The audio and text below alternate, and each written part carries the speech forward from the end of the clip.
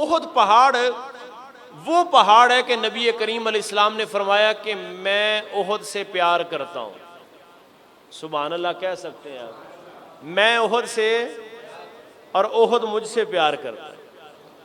او بھائی ایک پہاڑ ہے جسے ہم بے جان سمجھتے ہیں, ایک پہاڑ ہے, ایک پتھر ہے.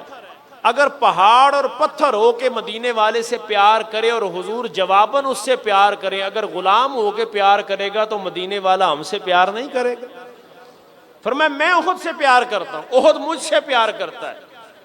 اور یہاں تک نہیں فرمایا, فرمایا جب احد پر آؤ تو کچھ کھا پی لیا کرو, کچھ کھا پی لیا کرو. احد پہاڑ کے سامنے ایک پہاڑ ہے جو سیاہ رنگ کا ہے, جو کالے رنگ کا ہے. حضور نے کیا فرمایا؟ فرمایا یہ مجھ سے نفرت کرتا ہے, میں اس سے نفرت کرتا ہوں.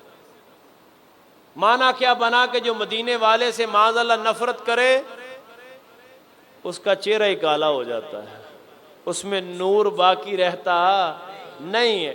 احد پہاڑ رات کو اس طرح چمک رہا ہوتا ہے جیسے سونا چمکتا ہے.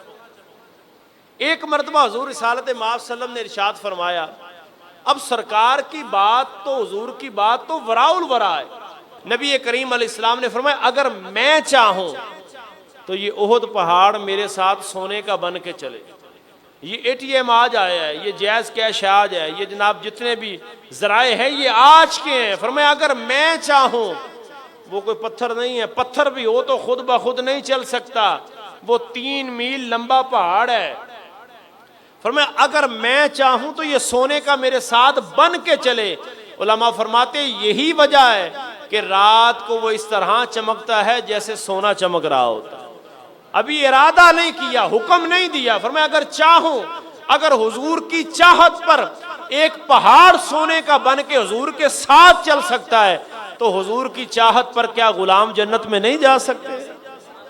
مجھے دشمنوں نہ چھیڑو, میرا ہے کوئی جہاں میں, ارے میں ابھی پکار لوں گا نہیں دور کچھ مدینہ.